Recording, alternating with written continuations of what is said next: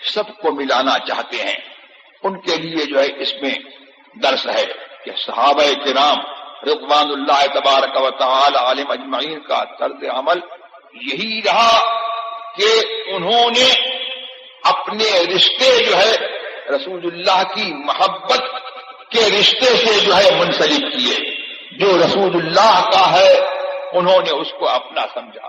اور جو جس سے رسول اللہ نے تھوڑی دیر کے لیے بھی منع فرما دیا تو اگرچہ وہ مسلمان ہو اس سے انہوں نے جو ہے اپنا ناتا اور اپنا رشتہ نہیں رکھا، بولنے ڈالنے کا جو ہے اس سے رشتہ نہیں رکھا۔ تو یہاں پر کہتے ہیں کہ حضرت کعب بن مالک کہتے ہیں کہ اب جب یہ ہوا تو مدینے کی زمین جو ہے اب بدل گئی، اور وہ زمین نہیں رہی، اور در و دیوار بدل گئے، اور لوگ جو ہے میرے لیے بدل گئے، اب مجھ سے کوئی بات نہیں کرتا تھا۔ کہتے ہیں کہ میں صبر والا آدمی تھا اور برداشت والا آدمی تھا، تو میں تو بازاروں میں جاتا تھا اور نماز بھی حضور کے پیچھے پڑھتا تھا اور بازاروں میں بھی جو ہے چلتا تھا، اور میرے دونوں جو رفقا تھے جن کے ساتھ یہ معاملہ ہوا، کہتے ہیں کہ ان کا عجیب حال ہوا، وہ غم سے نڈھال ہو گئے اور نہایت ہی وہ ضعیف اور کمزور ہو گئے، لیکن میں نے صبر کیا اور میں اب بازاروں میں بھی آتا تھا، حضور کے ساتھ نماز بھی پڑھتا تھا۔ کہتے ہیں کہ میں جب نماز پڑھتا ہوتا تھا ستون کی آڑ میں تو میں دیکھتا تھا کہ حضور سرور عالم صلی اللہ تبارک و تعالی علیہ وسلم جب میں مسجد کہتے ہیں کہ جب میں مسجد میں آتا تو میں یہ دیکھتا تھا کہ میں نے حضور کو سلام کیا تو میں یہ دیکھتا تھا کہ کیا حضور نے لب ہلائے میرے سلام کا جواب دیا، اور میں جب نماز پڑھنے لگتا تھا ایک ستون کی آڑ میں تو میں دیکھتا تھا کہ حضور مجھ کو دیکھ رہے ہیں، اور جب میں حضور کی طرف متوجہ ہوتا تھا تو حضور اپنی نظر پھیر لیتے تھے جس سے مجھے تکلیف ہوتی تھی۔ اب کہتے ہیں کہ یہی حال ہوا کہ اسی حال میں ایک دن جو ہے میرے پاس میں بازار میں چل رہا تھا کہ ایک شخص نے یہ پوچھا کہ کوئی ہے جو مجھے کعب بن مالک کا پتہ بتائے، تو لوگوں نے اشارہ کر دیا کہ یہ کعب بن مالک جا رہے ہیں۔ کہا کہ اس نے میرے پاس ایک خط دیا مجھے، اور اس خط میں جب میں نے اس خط کو پڑھا تو وہ شام کے بادشاہ غسان کی طرف سے یہ خط تھا جس میں یہ تھا کہ ہم نے سنا ہے کہ تمہارے صاحب نے اور تمہارے سردار نے تم کو چھوڑ دیا ہے اور تم کو مبغوض جانا ہے، اور تم کوئی ایسے نہیں ہو کہ تم رائگاں ہو جاؤ یا ضائع ہو جاؤ، ہمارے پاس آ جاؤ تو تمہاری عزت ہوگی، تمہاری ہم عزت کریں گے، تمہیں قدر و منزلت ملے گی۔ کہتے ہیں کہ میں نے کہا کہ یہ تو مصیبت پر مصیبت ہے، میں نے اس خط کو تندور میں پھینک کر کے جلا دیا کہ نہ خط رہے گا اور نہ یہ کسی کو اس کی اطلاع ہوگی۔ کہتے ہیں کہ اسی حال میں ایک مدت گزر گئی۔ کہتے ہیں کہ پھر ایک دن میں اپنے چچا زاد بھائی قتادہ کے باغ میں دیوار پر چڑھ کر کے کہ دروازہ بند تھا، دیوار پر چڑھ کر کے میں اوپر بیٹھ گیا اور میں نے کہا کہ تمہیں میں اللہ کی قسم دیتا ہوں، تم یہ بتاؤ کہ میں اللہ و رسول سے محبت کرتا ہوں یا نہیں۔ وہ خاموش رہے۔ پھر انہوں نے قسم دی کہ میں اللہ و رسول سے محبت کرتا ہوں یا نہیں، خاموش رہے۔ اسی مرتبہ جب قسم دی کہ تمہیں اللہ کی قسم ہے مجھے جواب دو، میں اللہ اور رسول سے محبت کرتا ہوں کہ نہیں؟ تو انہوں نے اتنا ہی کہا، اللہ و رسول عالم، اللہ جانے اور اس کا رسول جانے۔ یعنی حضور سرور عالم صلی اللہ تبارک و تعالی نے منع فرما دیا تھا کہ ان سے کوئی بات نہیں کرے گا،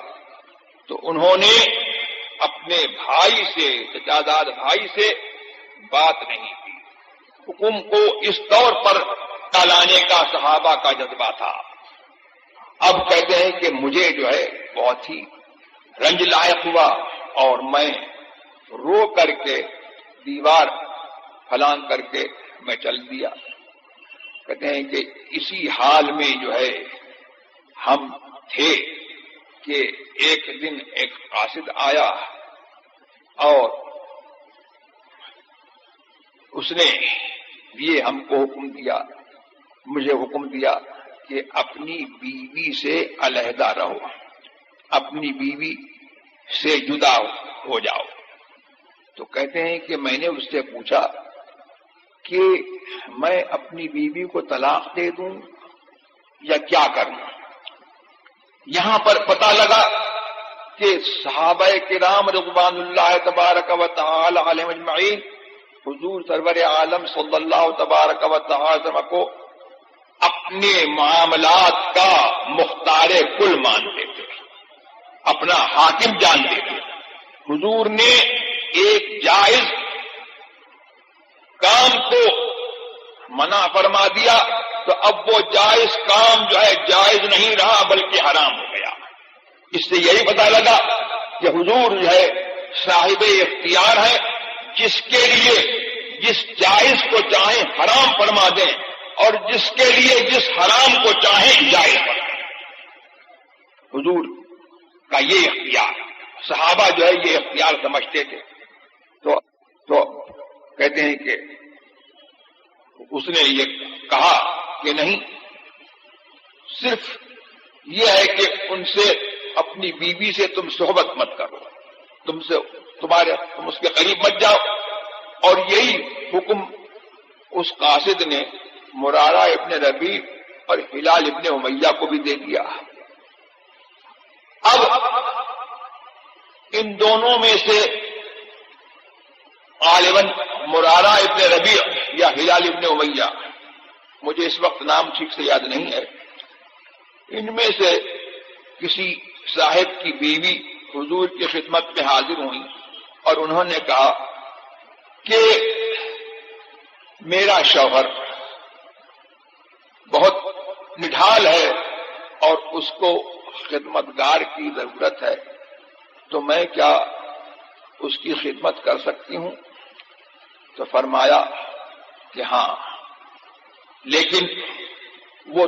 تم سے قربت نہ کرے۔ تو انہوں نے عرض کیا کہ حضور اس میں تو بالکل حرکت ہی نہیں ہے اور اس کے اندر کوئی سکت ہی نہیں ہے۔ اب حضرت کعب بن مالک رضی اللہ عنہ فرماتے ہیں کہ میں چونکہ ایک جوان مرد تھا، لہذا یہ رخصت میں نے حضور سے طلب نہیں کی کہ میری بیوی جو ہے میری خدمت کر لے، کیونکہ میں جوان مرد تھا تو میرے اوپر جو ہے میں اپنے نفس پر مجھے پورا اعتماد نہیں تھا کہ حضور کے حکم میں کوئی سرتابی ہو جائے، کوئی لغزش ہو جائے اور حضور کے حکم کی تعمیل میں کوئی کمی ہو جائے، لہذا میں نے یہ رخصت طلب نہیں کی اور میں جو ہے نے اس پر حضور حضرت کعب بن مالک نے اس پر عمل کیا کہ جتنی مدت تک ان کو جو ہے بیوی سے جدا رکھا گیا وہ اپنی بیوی سے جدا رہے۔ اب کہتے ہیں کہ اسی حال میں جو ہے 50 راتیں جو ہے وہ گزر گئیں۔ ایک دن فرماتے ہیں کہ میں اپنے مکان کی چھت پر بیٹھا ہوا تھا، صبح کو نماز پڑھ کر کے میں نے جو ہے اپنی مکان کی چھت پر بیٹھا تھا کہ جبل صلح سے ایک بشارت دینے والے نے مجھے بشارت دی کہ اے کعب بن مالک، تم کو بشارت ہو، اللہ تبارک و تعالی نے تمہاری توبہ کو قبول کیا۔ کہتے ہیں کہ ان کے پاس جو ہے اس کی آواز وہ اس کے گھوڑے سے پہلے آئی، تیز آئی اور وہ پھر اپنا گھوڑا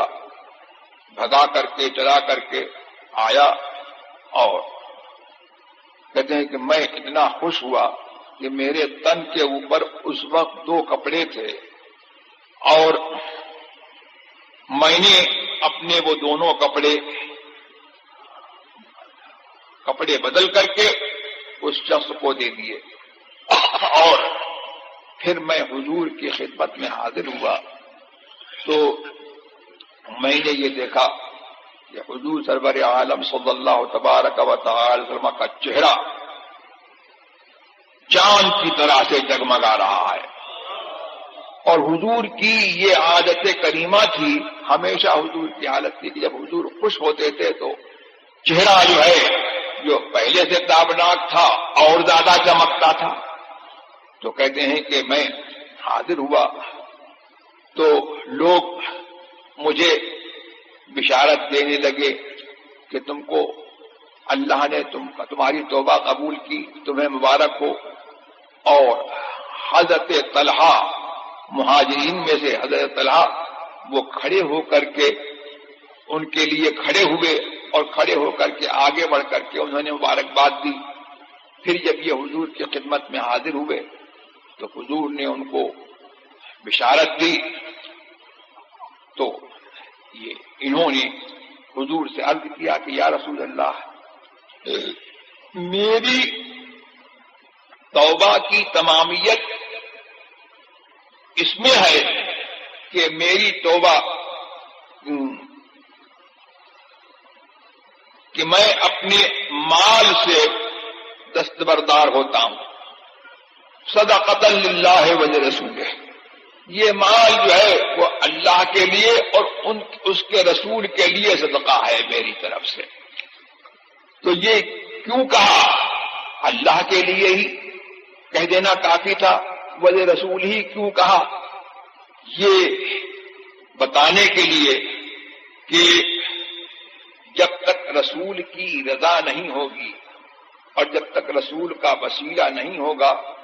اللہ تبارک و تعالی کی بارگاہ میں کوئی عبادت جو ہے قبول نہیں ہوگی۔ تو اب حضرت کعب بن مالک نے جب یہ عرض کر لیا تو حضور نے فرمایا کہ اپنے لیے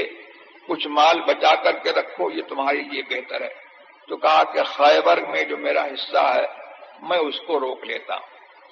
اس کے بعد یہ کہتے ہیں کہ اللہ تبارک و تعالی نے اسلام کے بعد اور ایمان کے بعد میرے اوپر سب سے بڑی نعمت جو کی وہ یہ کہ میں نے رسول سے سچ بولا، اور کہتے ہیں کہ اس کا ہم لوگوں کو یہ بدلہ ملا اور یہ ثواب ملا اور یہ جزا ملی کہ اللہ تبارک و تعالی نے ہمارے بارے میں جو ہے یہ فرمایا کہ وقال الثلاثة الذين خلفوا، کہ اللہ نے اپنی رحمت سے رجوع فرمایا اس نبی پر اور مہاجرین پر اور انصار پر جنہوں نے مشکل کی گھڑی میں نبی کی پیروی کی، اور ان تینوں پر جو موقوف رکھے گئے۔ تو کہتے ہیں کہ